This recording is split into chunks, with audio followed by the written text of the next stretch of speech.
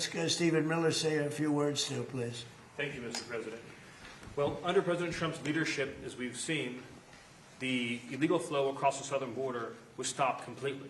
But what we found since President Trump came into office is that the Democrats have set up a system to funnel hundreds of billions and ultimately trillions of dollars to migrants that are in our country, oftentimes from places like Somalia. So as an example, ICE recently asked a group of illegal immigrants that were in detention whether or not they were receiving Medicaid. Half of them raised their hands and volunteered that they were on Medicaid. Just volunteered that. These aren't the ones who are hiding it, right? They also asked illegal aliens how they paid their medical bills, and they said that if they don't have Medicaid, they go to hospitals, they get free care there, and they bill it to the taxpayers. So they aren't paying for any of their own health care in this country. This is one example. And we've seen this over and over and over again. So under President Trump's leadership, and then of course with JD and the head of the FTC, Andrew Ferguson, we're going to see the first ever effort in American history to reclaim the ultimately trillions of dollars that were stolen from taxpayers. I believe, and I know President Trump believes, that when this theft is exposed, we will see that if all of it were stopped, it would be enough to balance the budget. The extraction of wealth from American taxpayers to people who don't belong here is the primary cause of the national debt, and this is the first ever effort to shut that down. Thank you, Mr. President. First ever. And everyone knows they've been cheating for years. It's the first ever. And it's got to be stopped. I mean, it's got to be stopped. Think of it, Somalia is a third world, maybe a fourth world nation. One of the worst, one of the most dangerous. They don't have anything. They don't have councils. They don't have government. They don't have police. They shoot each other all over the place. They come here and they steal $19 billion. That's crazy. And Ilhan Omar, I hope this is part of it, but she married her brother, supposedly. I mean, there's a lot of documentation. That means she's here illegally and she's a congresswoman. And I hope you're going to be looking at that, or somebody is, all right? Because she's one of the ringleaders here. She's bad news, really bad news. She's so bad for our country. Anyway, JD, please say a few words. Yes, sir. Well, thank you, Mr. President. This is a very important whole-of-government approach to tackle the fraud problem. And let me just tell one story. One of the things that even before this executive order was signed that we were able to stop under the President's leadership is we saw evidence that in Minneapolis there were Somalis, primarily illegal immigrants, who were defrauding a Medicaid program that was meant to go to autistic children. So they were taking children who were supposed to get benefits, and they were claiming that their kids were actually autistic even though they weren't. And what did this mean? This meant two things. Number one, you had a lot of people getting rich off of the fraud while American citizens got poor. And the second thing that it meant is that you had autistic kids in Minneapolis, in suburban Minneapolis, who weren't getting benefits they needed because Somali fraudsters were literally stealing out of their pocket. It's got to stop. And unfortunately, that kind of fraud is one example of probably hundreds just within the state of Minneapolis, and then it's repeated and replayed all over the United States of America. When we first started talking about this problem, the President made it very clear he wanted us to take the fraud problem seriously because nobody had until he was president. We started to figure out one big hole that existed is that the agencies of the government weren't actually talking to each other. So Treasury would have evidence of financial fraud, but wasn't talking to the Department of Justice about it. Health and Human Services had evidence of Medicaid fraud, but wasn't talking to the Department of Treasury about it. So what this executive order does is force the entire apparatus of the federal government to do two things. Stop the fraud on the American taxpayer and make sure that the benefits that ought by right go to American citizens and not to fraudsters. Andrew Ferguson will be the vice chair and is going to do a great job. If you're curious what's the difference between the vice chair and the vice chair is going to do all the work, and I'm going to take all the credit. Andrew. Yeah, look, I mean, millions and millions of Americans pay into these programs every day, and they expect to get something out of it. And this fraud is just siphoning money that millions of Americans pay to fund their hospitals, to fund their daycare centers, into completely fake businesses. It isn't just unfair to all of us as taxpayers who pay for all this. It's particularly unfair to the Americans who need this the most and watch this money leave their hospital, leave their school system, and go out to fraud. And that is why this effort is so important. And I think we've just begun really looking at this, but I think that one of the things we're going to find is that in a lot of these agencies, the previous administration was pretty lax about existing anti-fraud controls, and we're going to expose that too. I would take the word pretty out. I would change it with unbelievably lax. They weren't, it's not even lax. Lax isn't a good enough word. The previous administration was fraudulent, okay? And I think that's what you're going to find also. And, you know, we worked so hard, like most favored nations drug prices. For years, people have wanted. We paid the highest drug prices anywhere in the world by far, by 5 times, 6 times, 10 times, more than London would be paying in New York, more than any city in Europe was paying than our cities. We would have a pill that would sell for $10 in Munich, in Germany, would sell for $10, and in New York it would be $130 or whatever. And we worked so hard, and we pulled it off. It's called Most Favored Nations. So now we went from by far the most expensive drugs anywhere in the world, prescription drugs, to the least expensive. And I had to get all the nations to agree, and I don't want to bore you with how I did it, but I did it. Everyone said it was impossible to do, including the drug companies, and we did it. And we worked so hard on it, and we're going to save so much money for the people. Your drug prices are going to be dropping at levels never even, by 50, 60, 70, 80% in some cases. But you work so hard, and then you see them stealing $19 billion. It's like in one pocket, out the other. And I think Andrew and JD, I think they have maybe one of the most important jobs. Maybe it could be one of the most important things that we're signing because I really believe that they have an opportunity to do something so good for our country.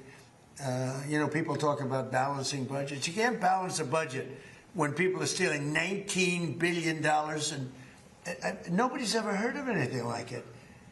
We had, I guess, in the same state, you went autism, where 4 or 5 years ago, they spent $1 million, and now it's almost $400 million in just a few years.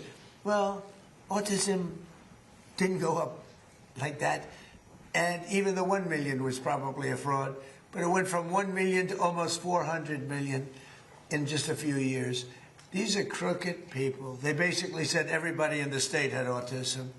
These are crooked, horrible people. And, you know, I was elected on, with JD, Make America Great Again. That was it.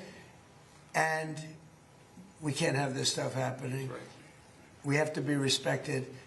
And they left. So I'm going to sign this. We'll take some questions. But let me sign this first before I don't forget. Let's see. Before I decide not to, okay? Yes, sir. I don't forget not to, but maybe I'll decide not to. I would decide not to. If I didn't think they could do the job, I would decide not to.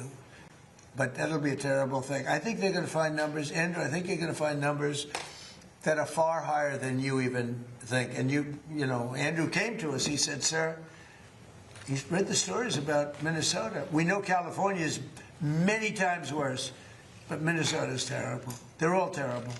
Those cities are terrible. New York is terrible. What's going on in Chicago, Illinois, with that slob of a governor is terrible.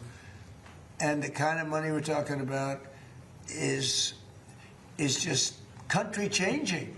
It's country changing money. It's having a deficit to having a really profitable country where you can lower your taxes substantially for people. And I think you have an opportunity to do it. And I think you two guys are the right guy. If you guys can't do it, we've got a problem, because nobody else will be able to do it. All right? Yes, sir. So I'll sign, and then we'll take some nice questions from our wonderful media.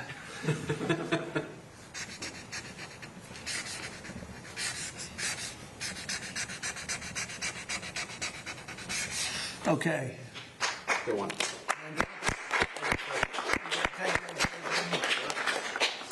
Here you go. Very important. That's a big deal. We've been working on this very long. Right? Yes, Steve, sir. right? Will? Yes, sir. Andrew, do you have a question? Yes, Mr. President. You said during your State of the Union that this type of fraud, the corruption, is the type of thing that can shred the fabric of a nation.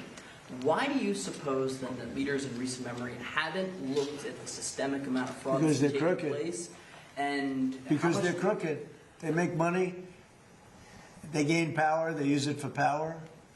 Like with the Somalians, they vote in a block, 100%. They make a deal with the Somalians, they all vote because they're on a gravy train.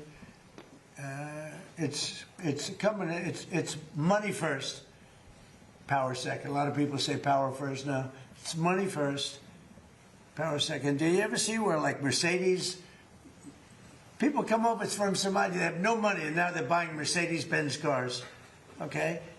It's more cash goes out of the Minnesota airport than any other place in the world or so.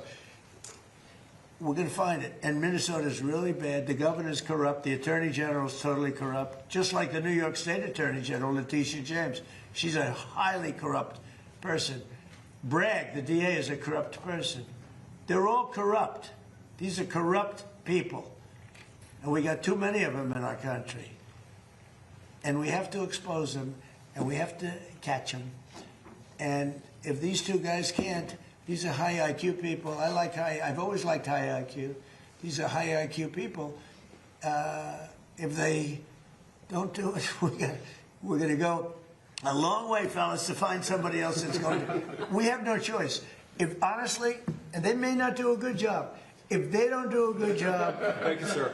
no, it's possible. If they don't do a good job, the country's sort of in trouble. Yes, go ahead. Thank you, sir. Two questions for the And I Vice think they're President. going to do a great job. Go ahead. First, Mr. Vice President, Democrats are already calling you the fraud czar. What's your reaction to that title? And then second, Good title.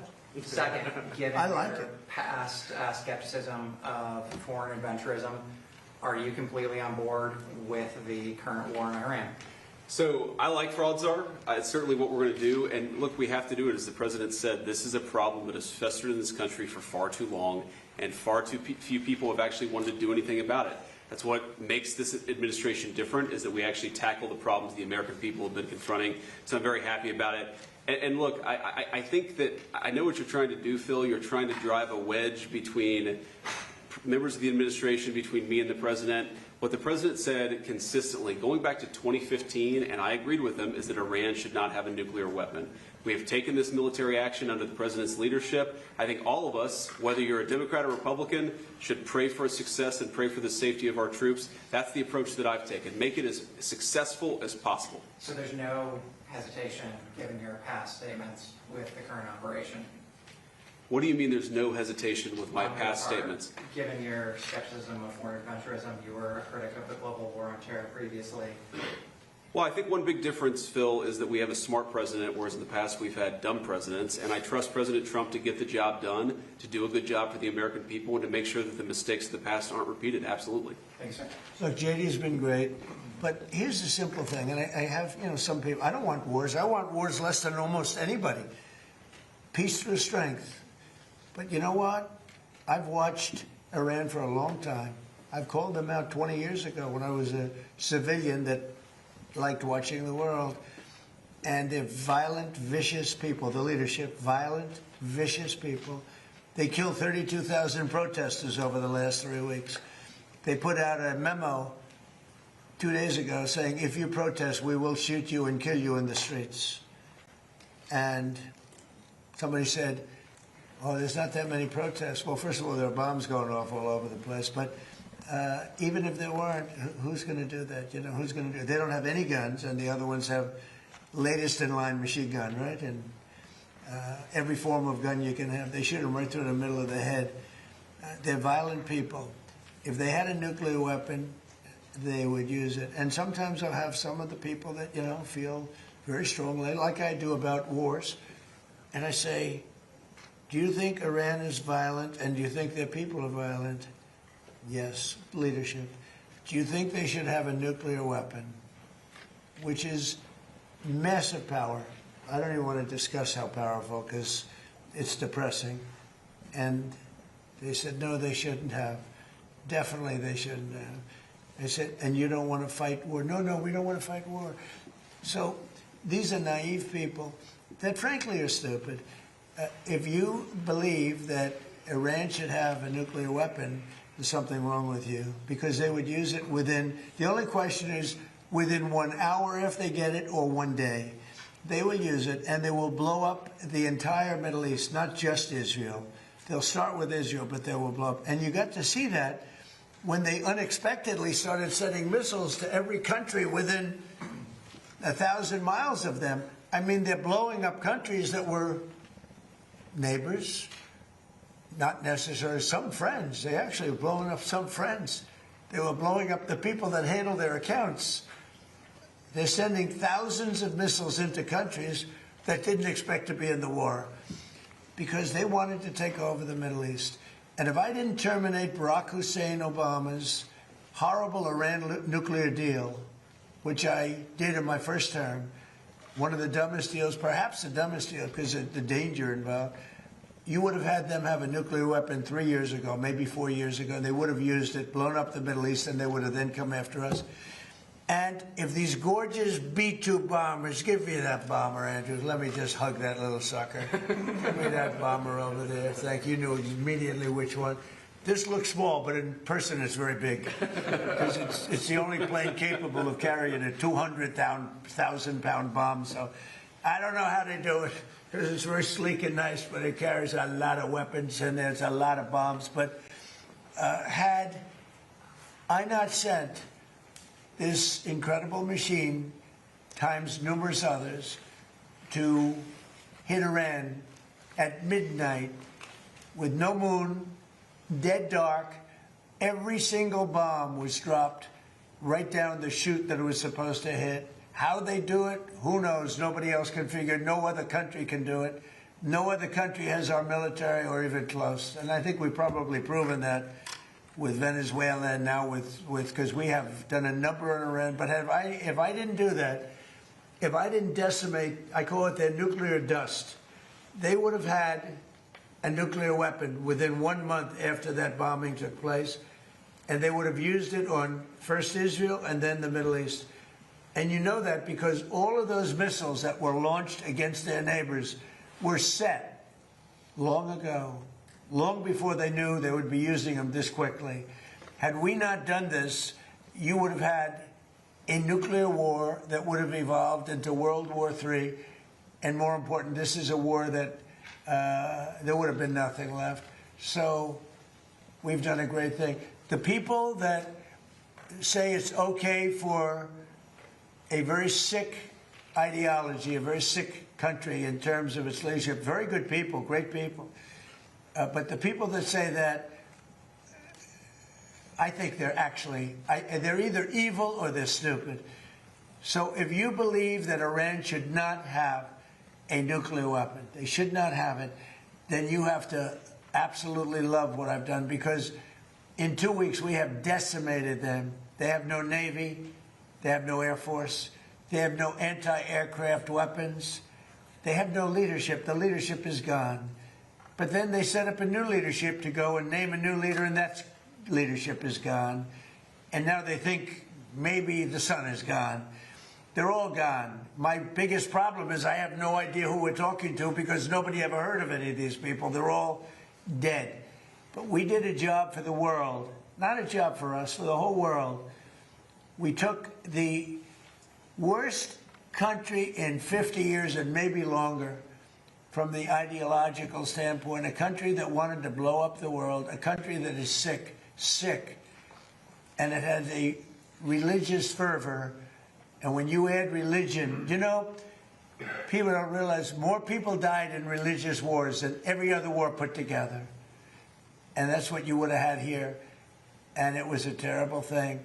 I'm very proud of what we did. And I think JD understands better than most, if you give Iran a nuclear weapon, at least a very substantial part of the world would be blown up, and it'll be used almost immediately. Yes. Thank you, Mr. President. You don't mind if I keep this here, do you? Isn't that a beautiful thing? You know, I used to look at it, and I said, it's a piece of art, but how can it be effective? It's so stealth. Think of it, Peter. 1 in the morning, it flies in, and they say, sir, they're in Iranian airspace. And I say, oh, and I'm watching it from the Situation Room with a couple of other very smart people, including some good generals, real generals, not television generals. And all of a sudden you see that dive, they start diving, and sure, and you see him, 30,000, 20,000. Boy, I said, that was a lot. They went down fast. to aim it. And they know they're coming, and they're smart, and they never saw them.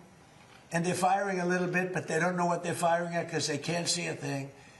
And then you hear the biggest explosions that anybody's ever heard. Those are the biggest bombs. Outside of nuclear, those are the biggest bombs. And you say, what technology we have. What a great country. I built it, largely, I built it during my first term. I built it. I didn't know I'd have to use it this much in my second term. But we had an incompetent president. We had an incompetent administration.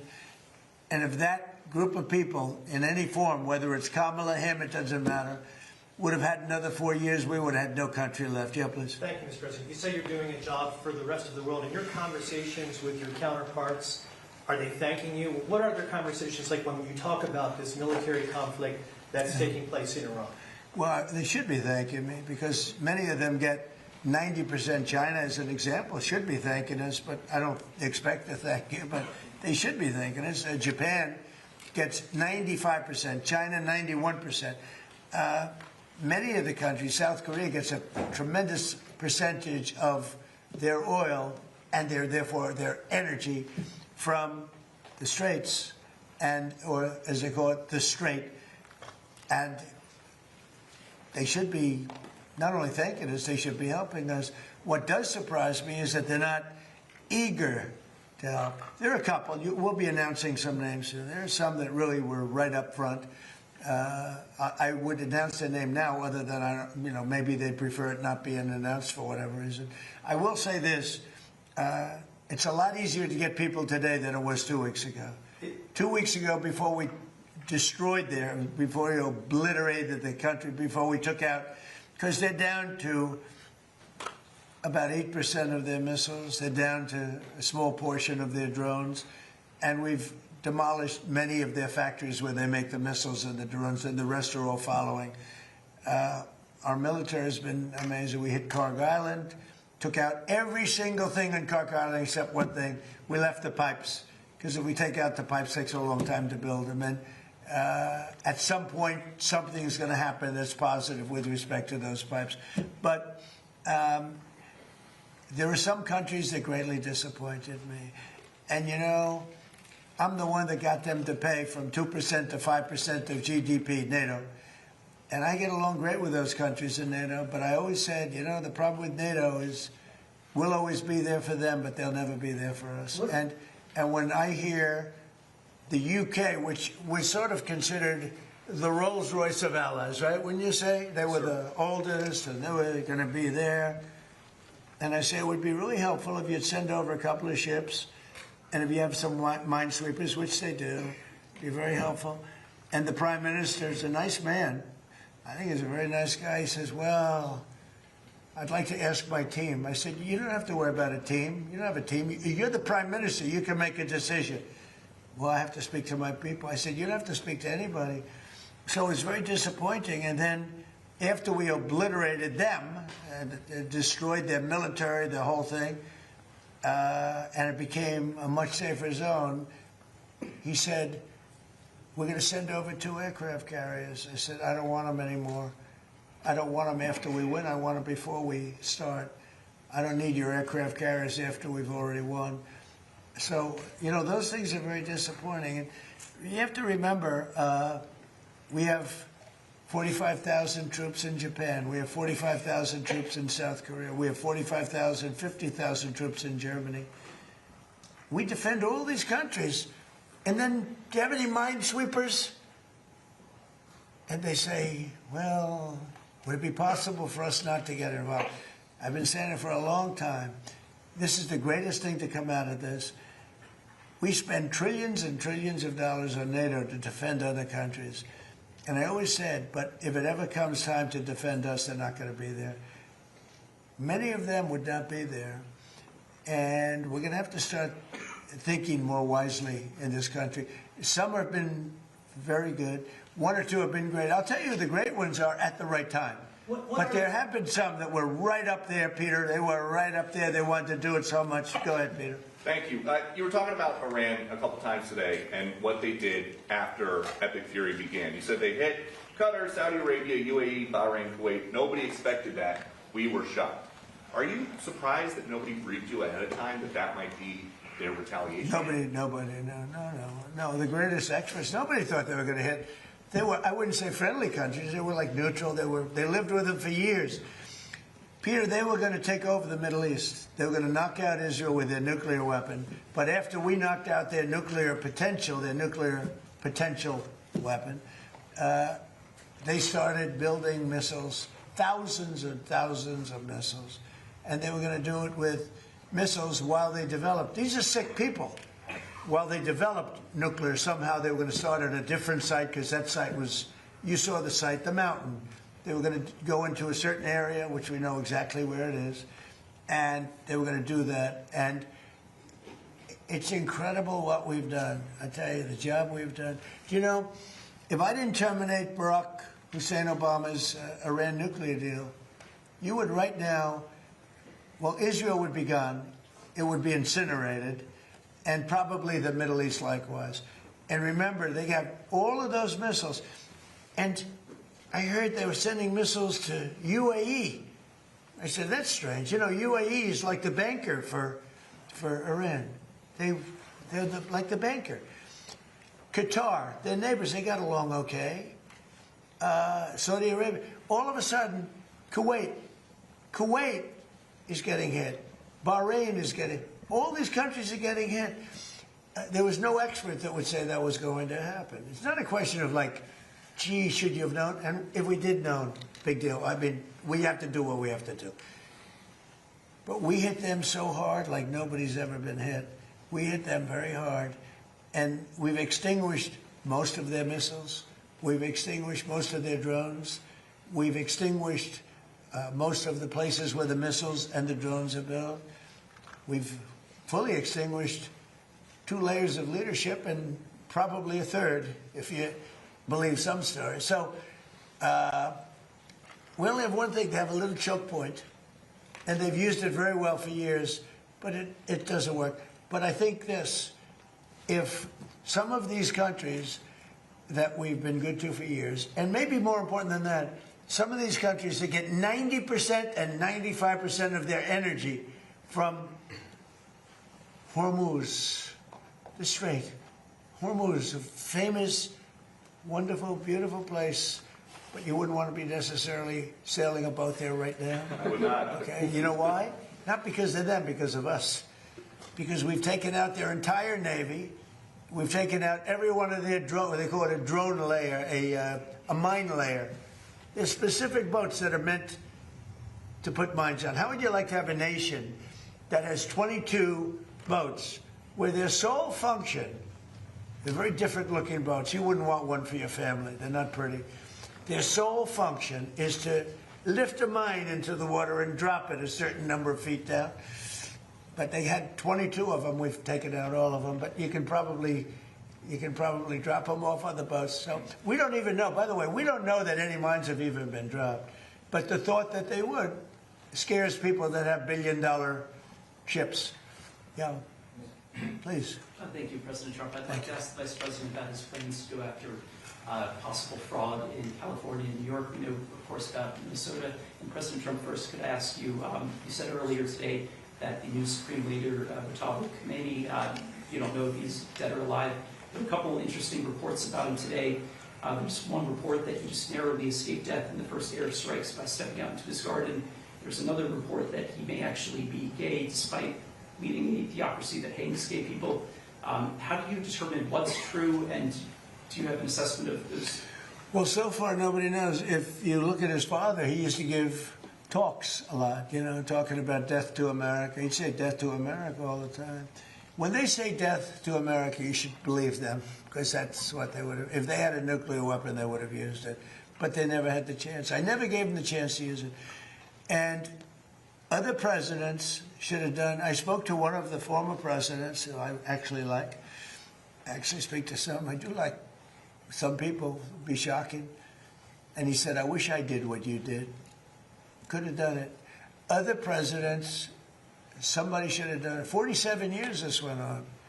They call Iran the bully of the Middle East. And you could have never had the Abraham Accords. You could never have had peace in the Middle East. Now you're going to have peace.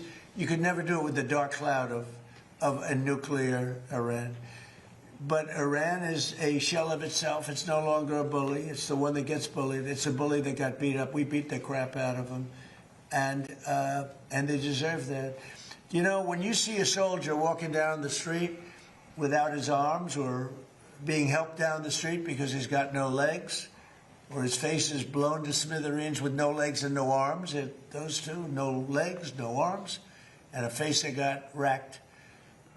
That was done by roadside bombs. That's the favorite weapon of Soleimani, who I killed in my first administration. General Soleimani, had I not killed him, that was the beginning of their downfall, because had he not gone, it's possible that we would not be this far advanced in destroying Iran, because he was a really good general. He was a vicious, horrible man, but he was a brilliant general. And he was looking to knock out 5 of our military bases at one time. And the man that died with him was his counterpart in Iraq. And they were working together. And they got hit real hard. And if that didn't happen, we would have had a problem. But maybe more importantly than that, he was really the mastermind behind it. And they never found somebody to replace him in terms of the genius. I knocked him out. And that was a big step, knocking him out. But if we didn't get rid of the Obama deal, I terminated it against the wishes of my then Secretary of State. He was no Marco. Against the wishes of a lot of people at the time. You remember that, Peter? A lot of people. Had I not terminated, remember that, Stephen? You remember? They were all going, "No, dude, this is not." That deal was a disaster. That was a road to a nuclear weapon. They would have had it 3 years ago. And it would have been used, I would say, 2 to 3 years ago, and it would have been used in the Middle East. And by the way, after they were finished that, they were coming over here. They never got a chance to do it. I just want to ask you about something very interesting that you said twice today. That you talked to another former president about the Iran strikes. I did. Was it George W. Bush? No. Was it Bill Clinton? I don't want to say. I don't want to say. Because Barack Obama? a member of a party, they have Trump derangement syndrome, but it's somebody that happens to like me, and I like that person who's a smart person. But that person said, I wish I did it. Okay? But I don't want to get into who. Okay. I don't want to get him into trouble. Maybe, hey, I have a guess. you know what? Yeah, I think you probably know. You know, it's interesting. And maybe he'd be proud. And I could even ask him that. Would you like me to reveal your name to Peter at Fox? Well, at least you have high ratings. Your ratings are through the roof, Peter. Yes, thank you for noticing. Congratulations. Can I ask you another question about the war? If Iran, as you said, totally obliterated, got the missiles, got the first 2 rounds of leadership, Air Force gone, Navy gone, can we wrap this war up this week? Yeah, sure. Okay. Will we? I don't think so, but it'll be soon. Won't be long. And we're going to have a much safer world when it's wrapped up. It'll be wrapped up soon. We're going to have a much safer world. I had an obligation to do this. I didn't want to, I call it an excursion. I didn't want to make this journey. We had the highest stock market in history. We had low gas prices. Everything was good. And I know exactly. I know what, you're going to do it. And people are going to raise the price of oil. And that's good. But I know that. But that's a very small thing compared to allowing them to have. You want to see a stock market go down? Start letting them hit you with nukes, okay? I think, I said it this morning, I think it's a very small price to pay. And frankly, I thought it was going to go down much more, if you want to know the truth. I assumed that it was going to go down much more, only because people don't understand to a large, it's a big chess game at a very high level. It's a very high level chess, the highest. And I'm dealing with very smart players. These are smart people. They don't get there. When you deal with some of these people, you're dealing with high level intellect, very high IQ people. These are not Jasmine Crockett and her group. These are smart people. These are really smart people, and violent people, and vicious people, and some very nice people. And some are very nice but violent. They turn violent. And it's, But you know what? If I didn't do what I did, we would have been hit. Number one, very important, was the termination of Obama's horrible deal, and number two, this beautiful plane hitting them 8 months ago, whatever it was, and taking out their nuclear capacity. That totally threw them for a loop. If they had that bomb at either time, 5 years ago or 7 months ago, if they had that bomb would have been used almost immediately. Mr. President, two questions on domestic policy, bringing it close to home. First of all, the Save America Act. What are you expecting this week when this vote takes place in the U.S. Senate? Will the Vice President's vote be I think it's necessary? imperative that it gets done. I'm not sure it is. You know, the Democrats have horrible policy. It's just incredible. But they stick together. It's the one thing they do. Their Supreme Court members stick together. Those appointed by a Democrat stick together. If Barack Hussein Obama appoints a member of the Supreme Court, that member never goes against him. And they're proud about it. They say, I don't give a damn if it's good or bad. That man appointed me, and I'm never going to let him down. I don't say that's right, wrong. I just say they stick together. Republicans go the opposite way. If Donald Trump appointed me, I'm going to show the world that I can be totally just and I can be independent of Donald Trump. He's not controlling me. And I don't want to control them. I just want to have smart decisions. They gave us a decision on tariffs the other day that won't change tariffs. I can do it a different way. I always knew I could do it a different way. This was a little quicker, a little easier, a little better. But they gave it a decision that could cost this country $500 billion to pay people back. Because now I have to start the tariffs all over again. Very simple. And what happens with the money I've already collected? Why didn't they say, starting from now, go the other way? $500 billion, perhaps. It's so sad. But one thing about the Democrats, they stick together like glue. They impeached me twice for absolutely no reason, unanimously. Fortunately, the Republicans stuck together, and it was something. It was pretty wild. But the Democrats have horrible policy, transgender for everybody, open borders, men playing in women's sports. But the one thing they do have is they stick together, no matter how bad the policy. It's embarrassing to watch them try to defend it. And in a way, I say, as a Republican, in a way I say, thank goodness they have bad policy, because you'd never beat them. We have something in there now, the Save America Act. Voter ID with a picture, right?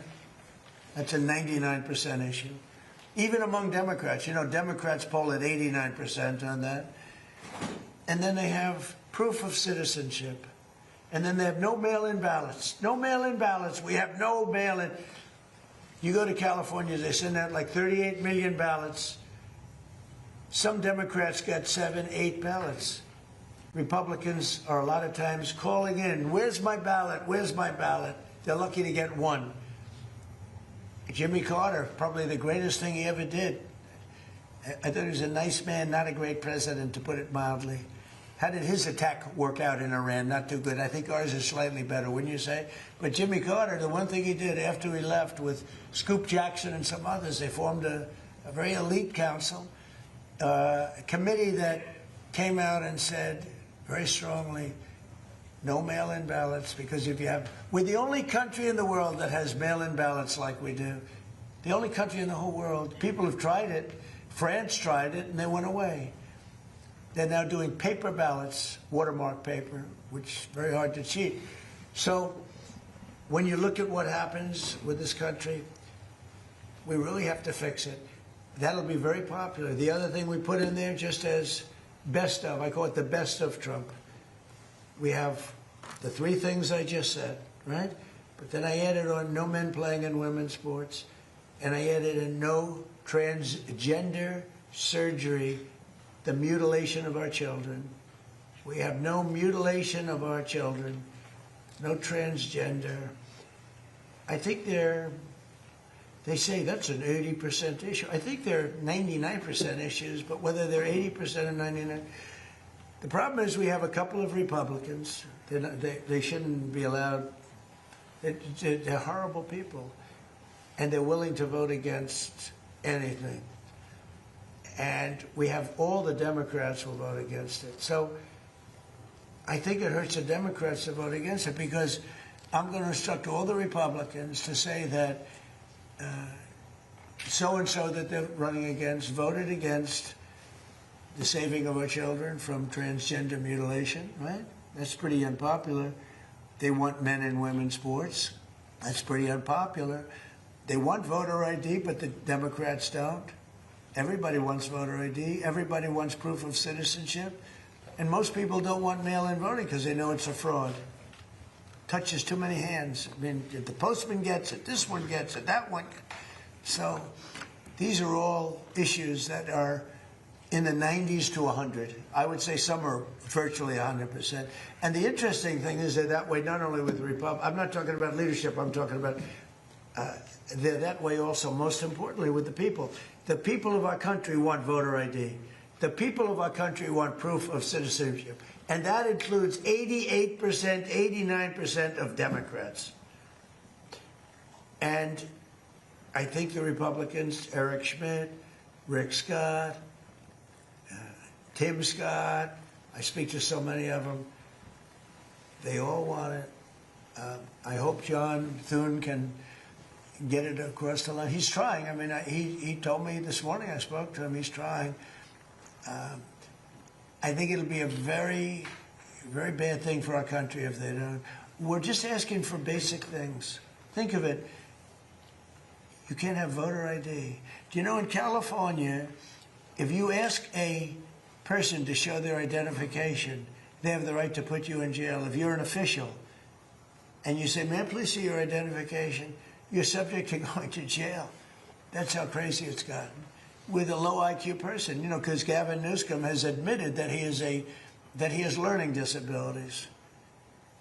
Honestly, I'm all for people with learning disabilities, but not for my president. I think a president should not have learning disabilities, okay? And I know it's highly controversial to say such a horrible thing. The president of the United States, Gavin Newsom, admitted that he has learning disabilities, dyslexia, everything about him is dumb. But then he looked at the audience and said, "What, I'm smarter than you," or something like that. That was pretty silly. So now on top of everything else, I call him a racist because it happened to be a black audience. I will tell you this. I think it was the worst interview I've ever seen of any human being in my life, okay? Anybody else have any questions? Iran, will it be necessary to use even a limited ground force to secure whatever nuclear material remains in Iran as part of that threat? Yeah. And secondly, have you made a decision? You mean to go in and get it? Yes, sir. Why would I tell you a thing like that? And secondly... You know, I can't say to reporters, "Sir, will you attack Karg Island? Will you occupy Karg?" They ask me these questions. And I don't want to be mean, but they're stupid questions. If any president answered those questions, they shouldn't be president. And secondly, sir, do you still plan to travel to Beijing at the end of this I don't know. We're working on that right now. We're speaking to China. I'd love to, but because of the war, I want to be here. I have to be here, I feel. And so we've requested that we delay it a month or so, and I'm looking forward to being with them. We have a very good relationship, but because of the war, there's no tricks to it either. It's not like, "Oh, gee, I'm waiting." It's very simple. We got a war going on. I think it's important that I be here. You know? So it could be that we delay it a little bit. Not much. Peter? When you say Cuba is next, Cuba. is Cuba, whatever you do with the military there, it seems like something, will that look more like Iran or Venezuela? Can't tell you that. I can tell you that they're talking to us. It's a failed nation. They have no money, they have no oil, they have no nothing. They have nice land. They have nice landscape, you know. It's a beautiful island. I think they have great people. You know, I know so many people from Cuba that were treated terribly, and they're over here and they became rich. They're very entrepreneurial people, very smart. I know a lot from Florida, especially. There's so many people. A friend of mine started over with nothing. He's now the largest owner of gas stations in the country and stuff. I mean, Cuban. I also know, I was just with a fantastic person who's Cuban and made a fortune in sugar, you know, Fanjul family, right? And this family wants to go back to Cuba to visit it. They haven't been back in like 50 years or something. They largely come from Cuba. And we'll see what happens. They were asking me about that. They want to go back. Not only Fanjul, a lot of Cubans have said, oh boy, would they love to go back. I think Cuba, I don't know, in its own way, for you know, tourism and everything else, it's a beautiful island, great weather.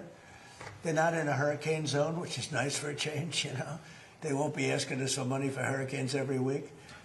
But I think Cuba's see the end. You know, all my life I've been hearing about the United States and Cuba.